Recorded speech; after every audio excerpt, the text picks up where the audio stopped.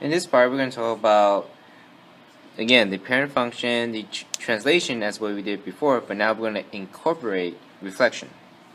Alright, so let's take a look at our first example. F of x equals negative 3 to the power of x plus 4. So, first we have to identify the parent function. Just make sure to be able to identify the parent function when you're asked for it.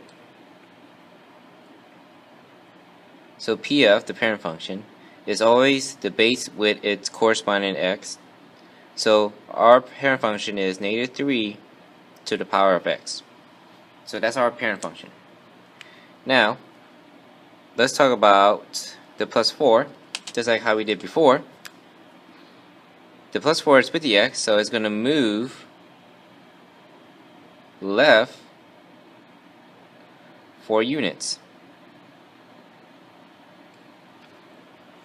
Now, the negative that is in front of the base, as you can see there, since there is a negative, that means that it's going to be a reflection. In this case, since the negative is in front of the base, it's going to reflect across x-axis. So, there's all the transformation, including the label for the parent function for example 1. So make sure to be able to identify all the translation, all the reflection that is shown in the given example.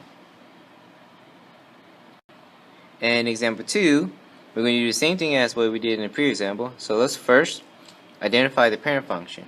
Now for example 2, we have g of x equals 5 to the power of negative of x minus 1 and then plus 2.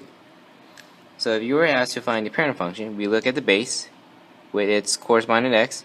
So PF is 5 to the power of x. Even though there's a negative in front of the x, we're just going to write the base with its positive x for the exponent. Now, let's talk about other translation that we see here. So I have a minus 1, it's with the x, so since it's minus 1 with the x, this one's going to move right 1 unit. Now let's talk about the plus 2. It's outside and after the x, so that means it's going to move up 2 units. Now last, we're going to talk about the negative that is directly in front of the x and is outside the parenthesis. So let me underline that.